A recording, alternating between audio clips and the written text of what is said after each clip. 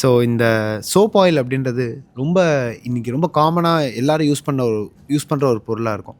ஆனால் இது வந்து இதுக்கு தனி, அதுக்கு தனி. இப்போது ஃபார் எக்ஸாம்பிள் துணி துவைக்கிறதுக்கு ஒன்று, பாத்திரம் தேய்க்கிறதுக்கு ஒன்று, மேடை க்ளீன் பண்ணுறதுக்கு ஒன்று, இந்த மாதிரி வந்து டிஃப்ரெண்ட் டிஃப்ரெண்ட் ப்ராடக்ட்ஸ் வந்துருச்சு. இது எல்லாமே நீங்கள் வந்து கிளப் பண்ணி இந்த ஒரு ப்ராடக்ட் வச்சுருக்கீங்க. ஸோ இந்த ப்ராடக்ட்டோட இம்பார்ட்டன்ஸ் பற்றி சொல்லுங்கள். இந்த ப்ராடக்ட்னு பார்த்தீங்கன்னா, நீங்கள் சொன்ன மாதிரி எல்லாமே ஒவ்வொன்றுத்துக்கும் தனித்தனியாக இல்லாமல், இது எல்லாமே ஒன்றா யூஸ் பண்ணணும். மக்கள் வந்து இது பயனடையணும். ஒரே இதில் வந்து ஒரே ப்ராடக்ட்டை வாங்கி பயனடையட்டும் அப்படின்ற மாதிரியான ஒரு நோக்கத்தோட தான் இது கொண்டு வந்தது.